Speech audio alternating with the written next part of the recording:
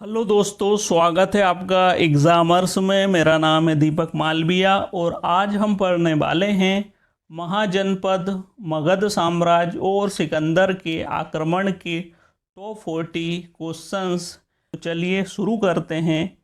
आज का पहला प्रश्न है, विश्व का पहला गणतंत्र वैशाली में किसके द्वारा स्थापित किया गया था? तो विश्व का पहला गणतंत्र लिच्छवी के द्वारा स्थापित किया गया था। लिच्छवी बुद्ध काल का सबसे बड़ा तथा सबसे शक्तिशाली गणराज्य था और यह बज्जी संघ में भी सर्वप्रमुख था। कौन? लिच्छवी। विश्व का पहला गणतंत्र है लिच्छवी। अगला प्रश्न है, निम्नलिखित में से किस राजा ने पाटलिपुत्र बसाया? तो पाटलिपुत्र बसाने वाला राजा है उदयन। उदयन हर्यक वंश से संबंधित हैं। हर्यक वंश से संबंधित राजा हैं उदयन, जिन्होंने पाटलिपुत्र नगर बसाया और यह जैन मत से संबंधित हैं। अगला प्रश्न है, अजातशत्रु ने पूर्वी भारत पर मगध का आधिपत्य स्थापित करने के लिए निम्नलिखित में से किस गणराज्य के साथ 16 वर्षों तक युद्ध किया? इसका सही आंसर है वैशाली के लिच्छवी। वैशाली के लिच्छवी के साथ अजातशत्रु ने 16 वर्षों तक युद्ध किया। अगला प्रश्न है, क्षत्रिय जन योद्धे केवल निम्नांकित देवता के उपासक थे? तो योद्धे कार्तिकेय के उपासक थे और योद्धे का जो टकसाल केंद्र है वह रोहतक में स्थित है। यह भी पूछा गया है, योद्धे का टकसाल केंद्र कहाँ स्थित है? तो वह है रोहतक में स्थित है और यह कार्तिकेय के उपासक हैं। अगला प्रश्न है, निम्नलिखित में से मगध का कौन सा राजा सिकंदर महान के समकालीन था? तो मगध का राजा घनानंद, नंद वंश का अंतिम शासक है घनानंद, वह सिकंदर महान के समकालीन था। अगला प्रश्न है, महाजनपदों में से दक्षिण भारत में गोदावरी नदी के किनारे स्थित जनपद का नाम बताइए। तो दक्षिण भारत में स्थित एकमात्र महाजनपद है असमक, जो गोदावरी नदी के किनारे पर है और इसकी राजधानी है पोटली या पोतन। अगला प्रश्न है, प्राचीन नगर तक्षशिला निम्नलिखित में से किसके बीच स्थित है? तो तक्षशिला सिंधु तथा झेलम नदी के मध्य स्थित है। अगला प्रश्न है, निम्नलिखित में से कौन सा एक स्थान इक्ष्वाकु शासकों के प्राचीन नगर विजयपुरी को निरूपित करता है? तो वह स्थान है नागार्जुन कोंडा, जो इक्ष्वाकु शासकों के प्राचीन नगर विजयपुरी को निरूपित करता है, नागार्जुन कोंडा। अगला प्रश्न है, भारत में सिकंदर की सफलता का कारण क्या था? तो भारत में सिकंदर की सफलता का कारण था, भारत में केंद्रीय शक्ति नहीं थी। भारत में कोई केंद्रीय शक्ति नहीं थी, इसीलिए सिकंदर भारत में सफल रहा। अगला प्रश्न है, निम्न में से कौन सा एक युग्म सुमेलित नहीं है? अंग विजय बिंबिसार, यह सही है। वैशाली विजय अजातशत्रु, ये सही है। अवंती विजय शिशुनाग, ये भी सही है। सूरसेन विजय कालाशोक, यह गलत है। तो चौथा ऑप्शन सही नहीं है, बाकी के तीनों ऑप्शन सही हैं। अगला प्रश्न है, हर्यक राजवंश का संस्थापक कौन था? तो हर्यक राजवंश के संस्थापक हैं बिंबिसार और बिंबिसार एकमात्र प्राचीन भारत के शासक हैं जिन्होंने स्थायी सेना का गठन किया। यह बहुत आईएमपी क्वेश्चन है कि सर्वप्रथम प्राचीन भारत में स्थायी सेना का गठन किया है तो वह बिंबिसार ने किया है। अगला प्रश्न है, मालवा क्षेत्र में मगध की सत्ता का विस्तार निम्न में से किसके शासनकाल में हुआ? तो इसका सही आंसर है शिशुनाग। शिशुनाग ने अवंती या मालवा के शासक नरेश प्रघोत को हराया था और नरेश प्रघोत को हराकर मगध की सत्ता को मालवा क्षेत्र में फैलाया। किसने फैलाया? शिशुनाग ने। और अवंती के किस राजा को हराया? उनका नाम है नरेश प्रघोत। अगला प्रश्न है, निम्न को सही सुमेलित करें। तो इसका सही सुमेलित करते हैं तो जो चंड प्रघोत हैं यह अवंती से संबंधित हैं और जो उदायीन हैं यह वत्स से संबंधित हैं और जो प्रसेनजीत हैं यह कौशल राज्य से संबंधित है और जो अजात शत्रु हैं यह मगध से संबंधित हैं। तो यह है इसका सही सुमेल। चंड प्रघोत अवंती के राजा हैं, उदायीन वत्स से संबंधित है, प्रसेनजीत कौशल से संबंधित है और अजात शत्रु मगध से संबंधित हैं।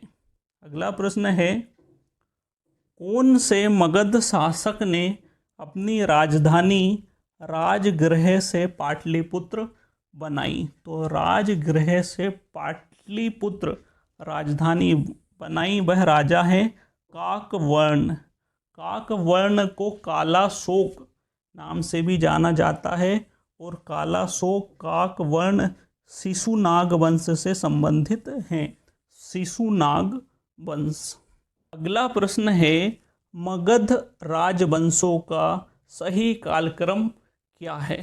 तो मगध का जो सही कालक्रम है वह है, प्रथम जो जिन्होंने मगध पर शासन किया वह हैं हर्यक और दूसरे जो शासक हैं वह हैं शिशुनाग वंश और जो तीसरे जो शासक हैं वह हैं नंद वंश और चौथे पे आते हैं मौर्य वंश। मौर्य वंश ने चौथे नंबर पर मगध पर शासन किया। तो सही क्रम है हर्यक वंश, शिशुनाग वंश, नंद वंश और मौर्य वंश। अगला प्रश्न है, नंदों का उल्लेख करने वाली प्राचीनतम अभिलेखीय प्रमाण कौन सा है? तो इसका सही आंसर है खारवेल का हाथी गुम्फा अभिलेख। खारवेल का हाथी गुम्फा अभिलेख नंदों का प्राचीनतम अभिलेखीय प्रमाण है। अगला प्रश्न है, महाजनपदों के उदय के कारण के रूप में संबंधित नहीं है। तो जो महाजनपदों के उदय का कारण नहीं है वह है विदेशियों के द्वारा विजित होने का भय। अगला प्रश्न है, प्राचीन भारत में अच्छे घोड़े के लिए निम्नलिखित में से कौन सा स्थान प्रसिद्ध था? तो अच्छे घोड़े कंबोज में मिलते थे। यह अच्छे घोड़े के लिए प्रसिद्ध स्थान था जिसका नाम है कंबोज। अगला प्रश्न है, इनमें से कौन सा सुमेलित नहीं है? तो यहाँ मैंने आपके लिए सभी महाजनपद और उनकी राजधानी को सही क्रम से लिख दिया है। हमने इतिहास में पढ़ा है कि कुल 16 महाजनपद हुई है और हम उनकी राजधानी देखते हैं। मगध महाजनपद की राजधानी है राजगृह ग्रीब्रज। कौशल की राजधानी है श्रावस्ती अयोध्या। बज्जी की राजधानी है वैशाली। अवंती महाजनपद की राजधानी है उज्जैनी। काशी महाजनपद की राजधानी है वाराणसी। अंग की राजधानी है चंपा, जिसे मालिनी भी कहा जाता है। मल्ल की राजधानी है कुशीनगर। चेदी की राजधानी है सुक्तिमती। वत्स की राजधानी है कौशाम्बी। कुरु की राजधानी है हस्तिनापुर। मत्स्य की राजधानी है विराटनगर। पांचाल की राजधानी है अहिच्छत्र। सूरसेन की राजधानी है मथुरा। गांधार की राजधानी है तक्षशिला। कंबोज की राजधानी है राजपुर। और असमक की राजधानी है पोतन। यह 16 महाजनपदों की राजधानियां हैं और हर एग्ज़ाम में इसमें से किसी न किसी महाजनपद की राजधानी पूछ ली जाती है, इसलिए इसको अवश्य याद कर लें। अगला प्रश्न है, निम्नलिखित में से कौन सा एक मगध साम्राज्य की राजधानी नहीं रहा है? तो मगध की राजधानी कौशाम्बी नहीं रहा है। अगला प्रश्न है, भारत में विदेशी आक्रमण का सही क्रम क्या है? तो विदेशी आक्रमण का सही क्रम है, सबसे पहले सायरस ने आक्रमण किया, फिर दारा प्रथम ने किया और फिर सिकंदर ने किया। तो इसका सही ऑप्शन है ए, सायरस, दारा प्रथम और सिकंदर। यह विदेशी आक्रमण का सही क्रम है। अगला प्रश्न है, काशी महाजनपद निम्न में से किसके लिए प्रसिद्ध है? तो काशी जो महाजनपद है वह सूती वस्त्र और रेशमी वस्त्र के लिए प्रसिद्ध है। अगला प्रश्न है, 16 संस्कारों में उपनयन संस्कार किस क्रम पर है? तो जो उपनयन संस्कार है वह 11वें नंबर पर है, उपनयन संस्कार। अगला प्रश्न है, मगध का कौन सा सम्राट अपरो परशुराम के नाम से जाना जाता है? तो अपरो परशुराम के नाम से महापद्म नंद जाने जाते हैं। यह नंद वंश के संस्थापक हैं, महापद्म नंद, और इनका एक और नाम उग्रसेन भी है। अगला प्रश्न है, उज्जैन का प्राचीन काल में नाम क्या था? तो उज्जैन का प्राचीन काल में नाम था अवंतिका। अवंतिका प्राचीन नाम था उज्जैन का। उज्जैन महाकालेश्वर मंदिर के लिए प्रसिद्ध है, वहाँ कुंभ का मेला लगता है और यह मध्य प्रदेश में स्थित है। अगला प्रश्न है, सिकंदर ने पोरस के विरुद्ध किस नदी के तट पर लड़ाई की थी? तो सिकंदर ने झेलम नदी के तट पर पोरस के विरुद्ध लड़ाई की थी और यह युद्ध 326 ईसा पूर्व में लड़ा गया था, जिसे बीतस्ता के युद्ध या हाइडे स्पीच के युद्ध के नाम से जाना जाता है, जिसमें सिकंदर ने पोरस को पराजित किया था। अगला प्रश्न है, उदयन वासव दत्ता की दंत कथा संबंधित है? तो यह उज्जैन से संबंधित है। उदयन और वासव दत्ता की दंत कथा उज्जैन से संबंधित है। अगला प्रश्न है, निम्नलिखित में से कौन सा एक ईसा पूर्व 6ठी शताब्दी में प्रारंभ में भारत का सर्वाधिक शक्तिशाली नगर रहा है? प्रश्न यह बोल रहा है कि 6ठी शताब्दी में भारत का सबसे शक्तिशाली नगर राज्य कौन सा था? तो वह था काशी। काशी 6ठी शताब्दी में भारत का सबसे शक्तिशाली नगर राज्य था। अगला प्रश्न है, प्रारंभिक गणतंत्र में कौन सा नहीं था? तो योद्धे जो थे वह प्रारंभिक गणतंत्र में शामिल नहीं थे। शाक्य और लिच्छवी प्रारंभिक गणतंत्र में शामिल थे। अगला प्रश्न है, महाभारत में कुड़िंद नरेश किस नाम से जाने जाते थे? तो महाभारत में कुड़िंद नरेश द्विज श्रेष्ठ के नाम से जाने जाते थे, द्विज श्रेष्ठ। अगला प्रश्न है, 6ठी शताब्दी ईसा पूर्व की 16 महाजनपदों के विषय में निम्नलिखित में से किस बौद्ध ग्रंथ में सूचना मिलती है? तो बौद्ध ग्रंथ अंगुत्तर निकाय और जैन ग्रंथ भगवती सूत्र, इन दोनों ग्रंथों में 16 महाजनपदों के बारे में विस्तृत जानकारी मिलती है। बौद्ध ग्रंथ अंगुत्तर निकाय और जैन ग्रंथ भगवती सूत्र, इन दोनों ग्रंथों में महाजनपदों के बारे में संपूर्ण जानकारी मिलती है।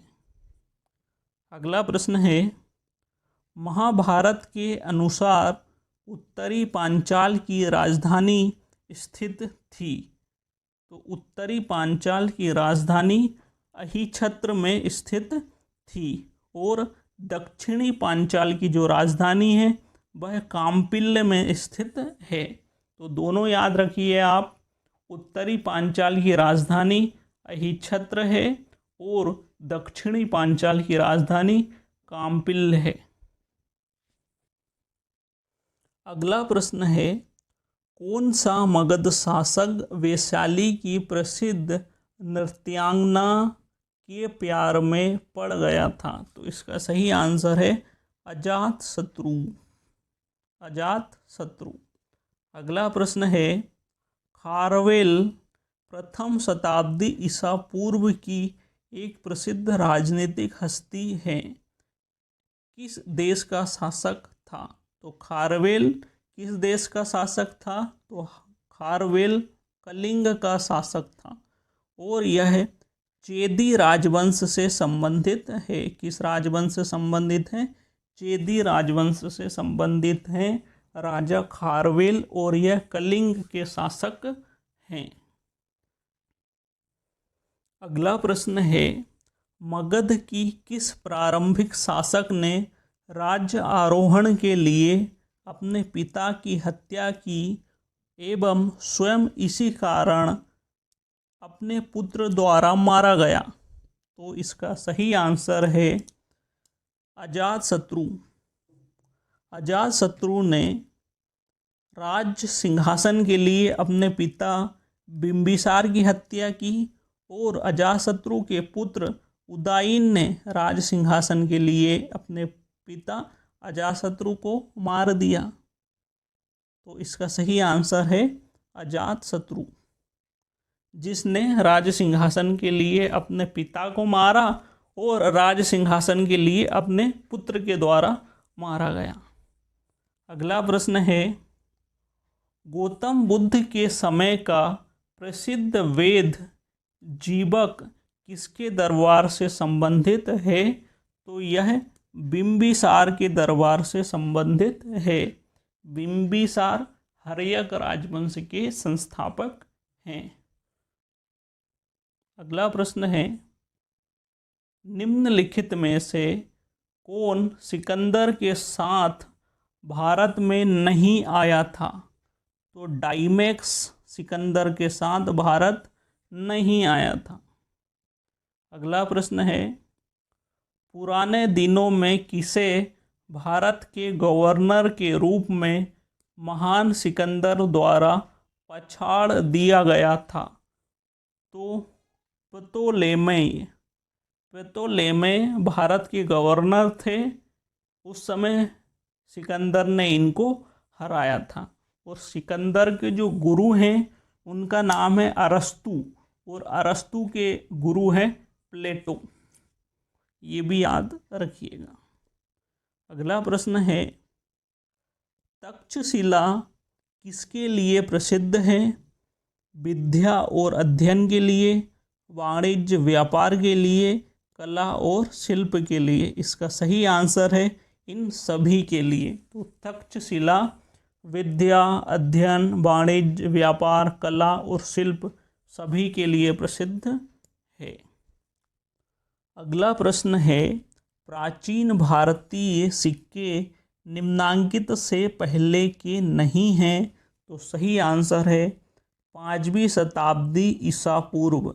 जो प्राचीन भारतीय सिक्के मिले हैं वह 5वीं शताब्दी ईसा पूर्व के पहले के नहीं हैं। जो भी सिक्के हैं वह सब सिक्के 5वीं शताब्दी के बाद के ही हैं। तो यहाँ ये वीडियो समाप्त होता है। अगर आपको इस वीडियो का कंटेंट अच्छा लगा है और आप चाहते हैं कि मैं ऐसी वीडियो बनाऊं, तो आप वीडियो को शेयर करें, चैनल को सब्सक्राइब करें और वीडियो को लाइक करें। धन्यवाद। जय हिंद।